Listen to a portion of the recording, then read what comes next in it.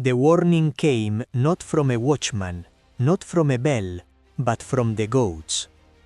Every animal in Frosthollow knew before the people did. The goats went silent first, then the dogs pressed themselves against the doors of their owners' homes and refused to move.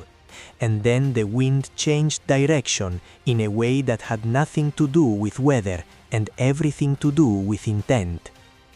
It came down off the upper slopes of Mount Everon with a sound that the villagers of Frosthollow would later struggle to describe to anyone who hadn't heard it. Not a howl exactly, not a roar, but something between the two, layered and resonant, like a choir tuned to frequencies that the human throat was not built to produce, like the mountain itself had inhaled and decided it didn't want to stop. Maren Ashveil heard it from the upper room of the mill, where she had been working by lamplight on a casting diagram she'd been refining for 6 weeks. She set down her chalk immediately. Maren was a Tiefling of 31 years, which, in the way that Tieflings counted age and experience, placed her at precisely the point where she had stopped being dangerous in unpredictable ways and started being dangerous in deliberate ones. Her skin was the deep blue-gray of winter twilight, her horns swept back in gentle curves from her temples, short enough to be unobtrusive, prominent enough that she'd stopped trying to conceal them years ago. Her eyes were amber, her tail was habitually tucked around one ankle when she was thinking, and her hands, when she reached for the window latch and threw it open, were already trailing the faint luminescence of prepared magic along her fingertips, blue-white and cold. She looked up at the mountain. The upper slopes of Everon were moving. Not the mountain itself, the snowpack. It shifted and churned in patterns too coordinated to be avalanche, too deliberate to be natural. And against the pale silver blue of the disturbed snow, Maren's amber eyes could pick out darker shapes, large ones, moving down slope with the particular loping gait of things that had been running on ice their entire lives and had never once slipped. Yeti, at least a dozen, possibly more, hidden in the cloud that boiled around the mountain's middle elevation like something was stirring it from above. Maren closed the window, crossed the room in 4 strides, and was down the mill stairs and out the door in 15 seconds flat, which was not as fast as she would have liked, but faster than most people would have managed, while simultaneously casting mage armor on herself without breaking stride. Frosthollow was a village of 230 souls tucked into the valley below Everon's eastern face, a self-sufficient, stubborn community that had been there for 3 generations and intended to be there for 3 more. They mined the lower slopes for a particular blue granite that commanded good prices in the lowland cities. They kept goats and smoked the meat through long winters. They maintained, in the manner of all mountain communities, a healthy respect for what lived higher up, and a carefully cultivated philosophy of minding their own business regarding it. The Yeti had always been there. They were known, mapped in a rough sense, 3 or 4 family groups ranging across the middle and upper elevations, territorial but not aggressive unless provoked, the kind of neighbors you acknowledged and gave wide berth. In 30 years of Frosthollow's memory, a Yeti had come within half a mile of the village exactly twice, and both times it had veered away on its own. What was coming down the mountain tonight was not 3 or 4 family groups. Maren ran through the village's central lane, hammering on doors with her fist. "Wake up! North face, now!" Get to the Longhouse. She had been living in Frosthollow for 4 years, long enough that people knew her voice, and knew that when Maren Ashveil used it with that particular edge, you didn't ask questions. Lights came on, doors opened, the village began to move. Old Carver Ness caught her arm as she passed his doorway. He was 80 if he was a day, the oldest person in the village, a retired mountain guide with forearms like gnarled roots and an expression that had never in living memory been anything other than skeptical. "How many?" he said. "Too many," Maren told him honestly. "Get everyone to the longhouse and bar the outer shutters. I need every lamp you can spare brought to the northern perimeter." "What are you going to do?" She was already moving. "My job," she said over her shoulder. Behind her, above her, Mount Everon breathed again. That resonant, layered sound that wasn't a howl and wasn't a roar. And the darkness on the upper slopes churned with shapes. And in the center of those shapes, visible only for a moment before the cloud closed over it again, Maren saw something that had no business being at this altitude at this hour. A silhouette, elegant and composed, standing completely still on a ledge 200 feet above the snowline. Watching. By the time the first yeti reached the stone wall at Frosthollow's northern edge, Maren had placed 7 conjure minor elemental summonings in a loose defensive arc across the approach, each one anchoring a small air elemental. Not enough to stop the creatures, but enough to buy time, enough to slow the advance, and give her a view of the formation before she committed to a strategy.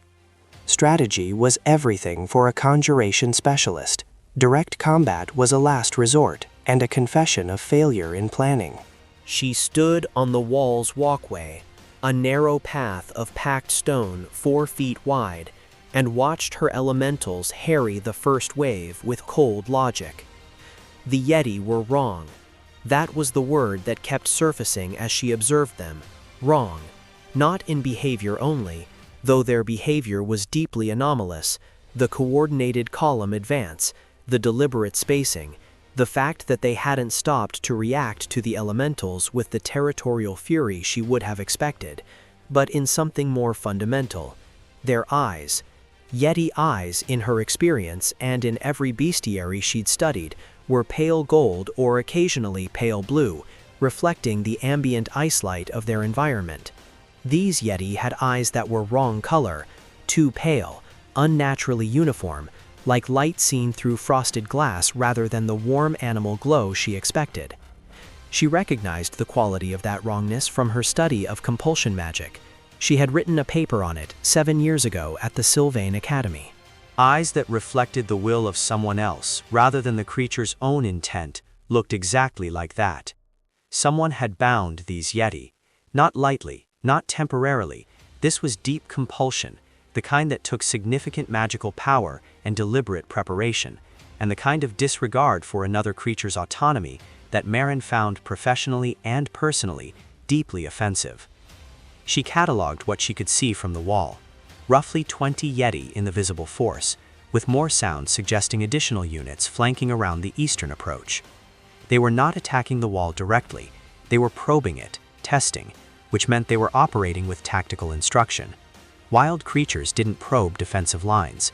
Someone was directing them, and that someone had given them an objective that wasn't simply destruction.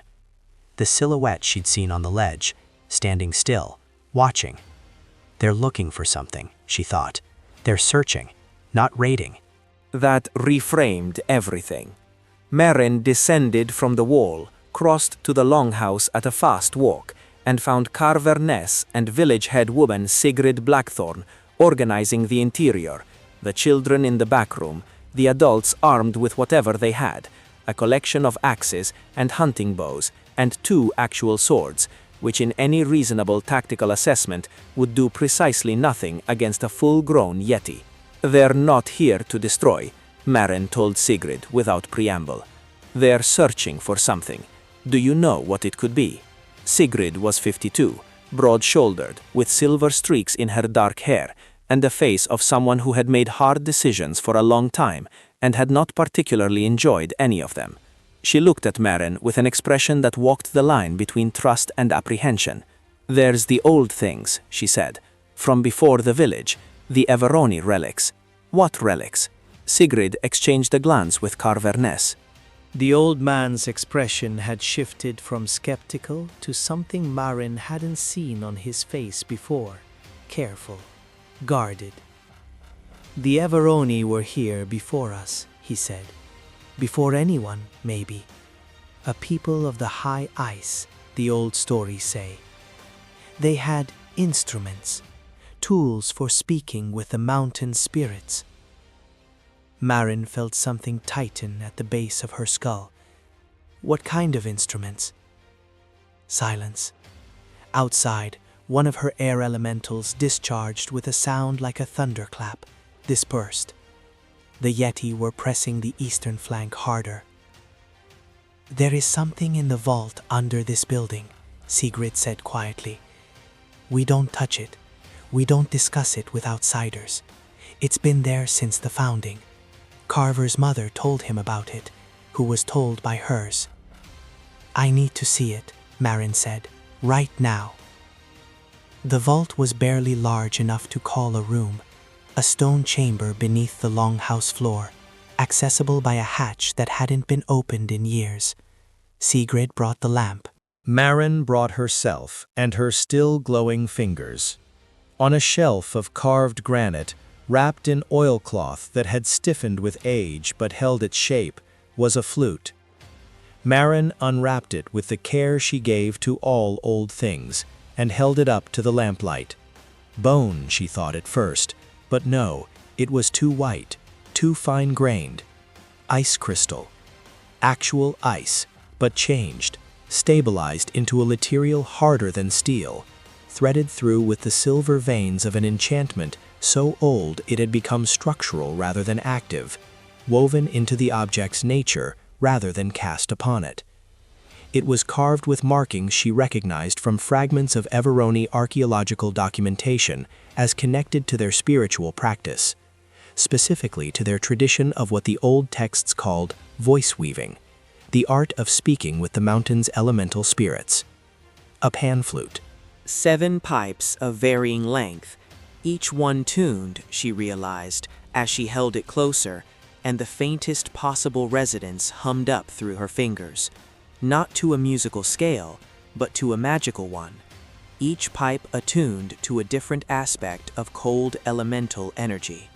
Wind, ice, snow, silence, depth, memory, and the last longest pipe, command. "This," she said, "is what they've come for." Above them, through the longhouse floor, came the sound of wood splintering. She came in through the northern wall like she'd decided it was beneath her to use the gate. Not the yeti, they had stopped at the wall's perimeter with an abruptness that suggested the command had been given simultaneously to all of them, the stop of puppets whose strings had been tightened. The one who came through was alone, and she walked through the gap her creatures had opened in Frosthollow's outer defenses with the specific unhurried deliberateness of someone who had never in their life been required to rush. Maren had positioned herself in the village square by then, the flute secured in her satchel, 4 new conjuration anchors placed at the square's corners. Not minor elementals this time, but something more substantial. Earth elementals drawn up through the mountain's own bedrock, slow and implacable, their stone-gray forms patient in the lantern light. The villagers were in the longhouse. The square was hers. The cambion was tall, nearly 6.5 feet, with the batwing spread folded close against her shoulders and the infernal heritage written plainly in her features, the sharp bone structure, the eyes that held their own light in a color between red and copper, the small curved horns, more elegant than Maren's own. She wore armor of dark leather over a coat that moved with the cold wind as if they were old friends. She was, Maren assessed immediately, beautiful, and aware of it in the way that very dangerous things were sometimes beautiful, not incidentally, but as a function of what they were. Her name, Maren would learn later. That night she was simply the thing that stood 20 feet away and looked at Maren with an expression of mild, genuine curiosity. A Tiefling, the cambion said, Her voice had that infernal register. Not unpleasant, just wrong in the same way that the Yeti's eyes had been wrong, layered with something that didn't belong in a voice. Here, in a village like this, how unexpectedly interesting. "You've disrupted my evening," Maren said. Her left hand was at her side, fingers trailing the precast signature of the first component of a summon greater demon, which she had no intention of actually completing, but which she had learned years ago was useful to have visibly primed, because it created a specific category of pause in opponents who recognized the casting pattern. The Cambion's copper-red eyes dropped to Maren's hand, and the expression of mild curiosity sharpened slightly. "Good. Call them off. Leave. That's the version of this where the least happens to you." "You're a conjurer," the Cambion said. "Not a question. Evocation's overrated." "I agree, actually." The Cambion tilted her head. "I can smell the flute, you know. The resonance carries even wrapped in oilcloth. It's been there a long time. It's saturated everything around it." She paused. "I was sent for it. I don't have a choice about leaving without it." "Who sent you?" The pause that followed was fractional but real, the first honest moment. "That isn't information I'm going to share." Maren noted the pause, filed it, moved on. "The Glacian flute isn't a weapon," she said. "It's a covenant instrument. It was made to speak with the spirits of this mountain. Whatever your employer wants to do with it." "I know what it is," the Cambion said flatly. Believe me, I have read every document about it that still exists. I know its function, its history, and its range. And I know you can't use it. The Everoni attunement tradition died with them. It would take a practitioner of cold attuned magic years to re-establish the connection. Then it's useless to you. For now. Something moved in the copper-red eyes. Not a lie, Maren thought, but an edit, a truth reshaped. "Give me the flute. I'll call off the Yeti, leave the village intact, and disappear from your life entirely. Keep it, and..." She gestured, an elegant motion, at the dark shape still visible at the village perimeter. Maren's earth elemental nearest the Cambion shifted its weight with a sound like a glacier settling. The Cambion glanced at it without alarm, which told Maren something. "You said you have no choice," Maren said. "That's interesting. Someone compelled you." The pause this time was longer. The Cambion's wings twitched, a small movement, almost involuntarily. "I'm delivering a flute. I'm not being..." The Yeti's eyes are wrong. Compulsion magic. Deep compulsion. Something that overrides their instincts entirely. That kind of working takes a power source, and the most efficient power source for that scale is a divine or infernal compulsion chain, one entity bound to another, passing the binding downward. Maren watched the copper-red eyes. "You're not the one who did this. You were told to, and whoever told you has the same hold on you that you have on them." Silence. Wind off the mountain. The distant breathing sound, still present, underlaid now by something Maren could identify as she listened carefully. Not the Yeti, not weather. The flute, resonating to something in the mountain, some elemental presence aware of its existence, and stirring toward it. "What's your name?" Maren asked. Another fractional pause. "Valdris." "Valdris." Maren turned the name over. "Who bound you?" And Valdris, who had come here as an instrument of someone else's will, looked at the gnome-height tiefling standing in a lantern-lit square at the foot of a mountain with 4 stone elementals and a satchel, and said, in a voice that had gone very carefully flat, "A being that calls itself the Glacial Sovereign. It has been sleeping under this mountain for 3 centuries. The flute can wake it. It believes, through me, because it cannot act directly yet, that awoken sovereign is an unconquerable one. It's using you to free itself," Maren said. Yes. And the yeti? Yes.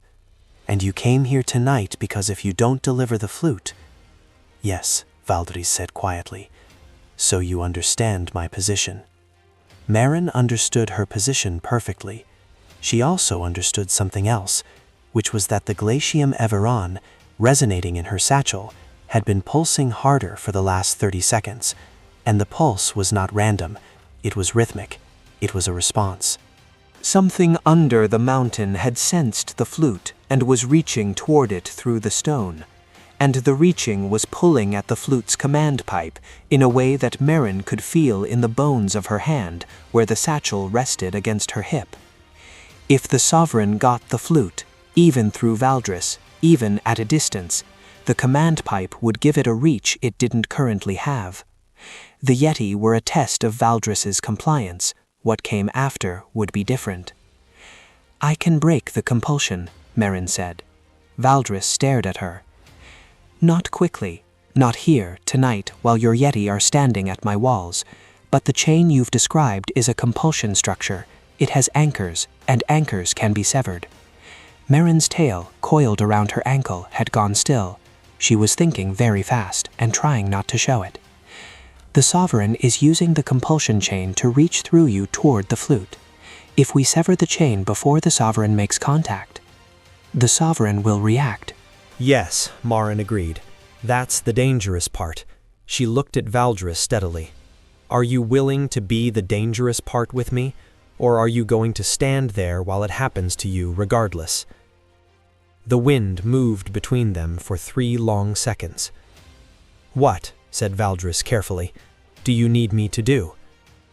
What Maren needed was access to the compulsion chain's upper anchor, which meant proximity to the sovereign's reach, which meant going somewhere the sovereign was already reaching from, which meant the one place that neither of them particularly wanted to be, the cave mouth at the base of Everon's eastern face, half a mile from Frosthollow, where the mountain's internal heat vented through cracks in the granite, and the ice never fully formed even in deepest winter. Valdris pulled the yeti off, a brief, effortful act that Maren watched carefully, learning the mechanism.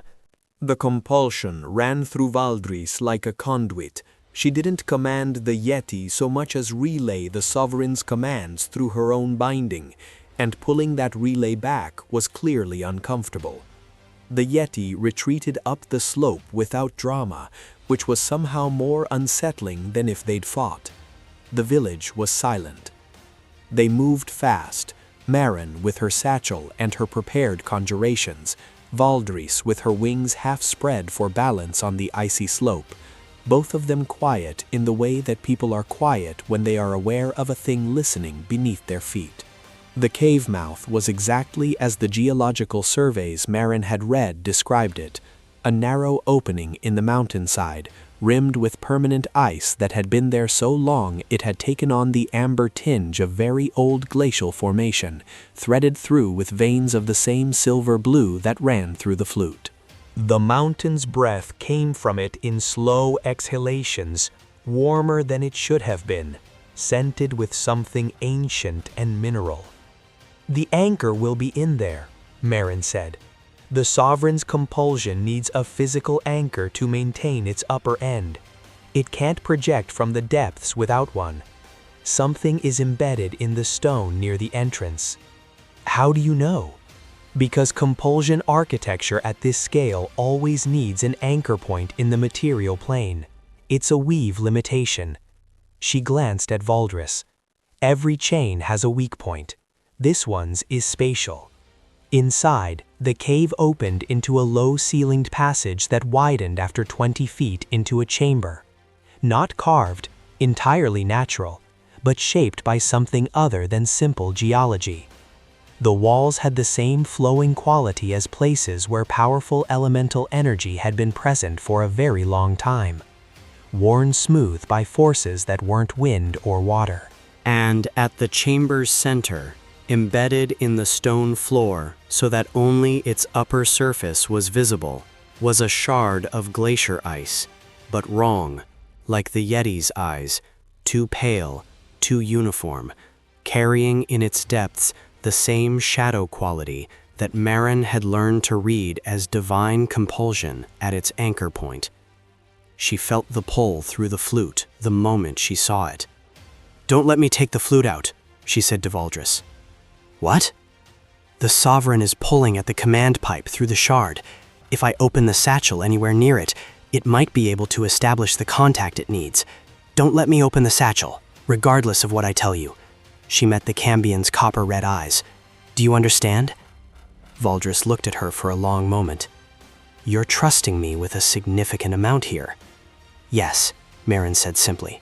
"Is that a problem?" Something shifted in Valdris's face, a small thing, but real. "No," she said.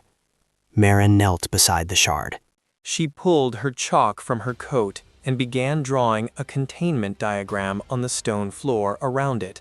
Not a standard arcane lock framework, but a conjuration-specific structure, a binding designed not to hold a creature, but to hold a connection, to sever an extra-dimensional link at its anchor point by removing the anchor's ability to receive.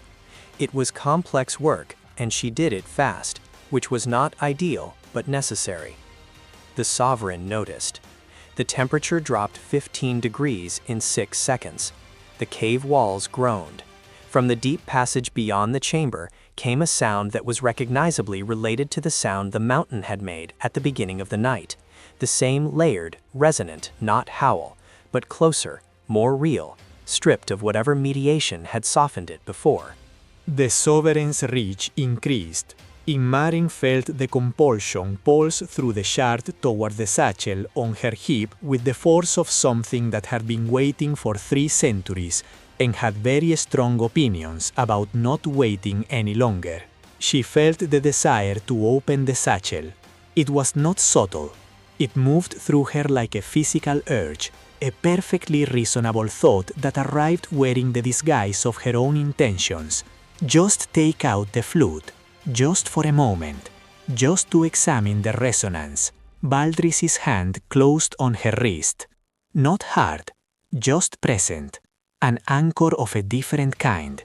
Maren looked up at her and found the Cambrion's expression set with the careful focus of someone doing something that cost them, maintaining her own position in the compulsion chain while actively working against its direction, which was clearly not painless. "Finish," Valdris said quietly. Maren finished. The final diagram stroke completed the circuit. The containment structure activated.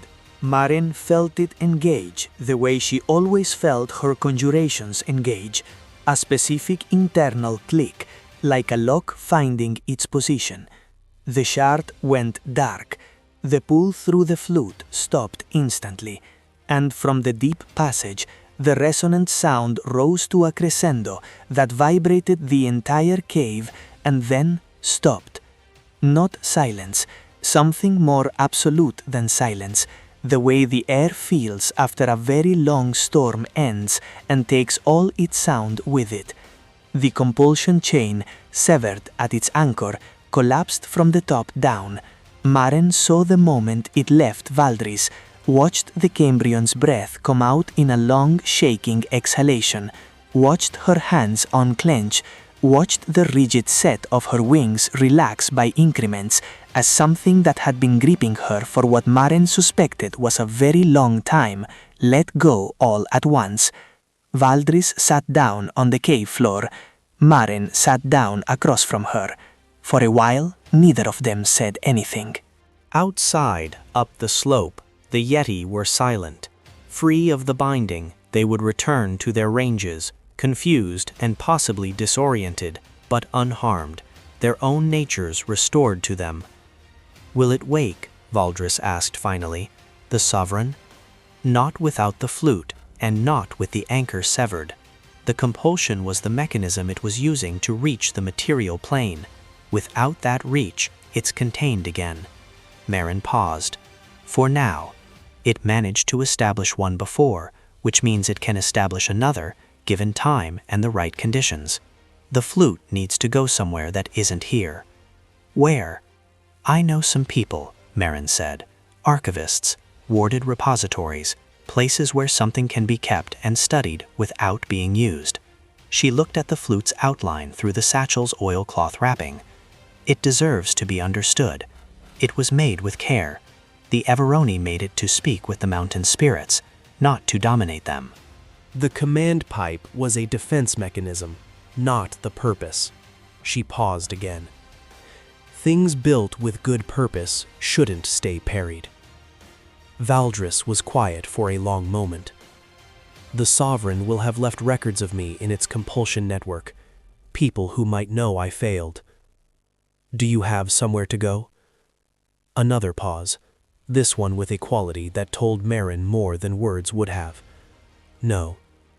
Frosthollow's not comfortable, Maren said, but it's real. She stood, brushing chalk dust from her knees. Come out of the mountain, have something to eat. We can discuss the rest after that. She walked toward the cave mouth, the satchel at her hip, the mountain breathing slowly around her.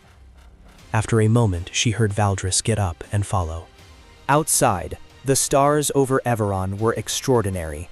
The kind of clear, high-altitude display that felt less like looking at the sky and more like being inside it. A depth of cold white light that had nothing to say about any of the particular things that had happened tonight, and everything to say about the ongoing, indifferent, magnificent fact of the world. Maren stood in it for a moment before beginning the walk back down the slope. The mountain breathed, and this time, it was just the mountain.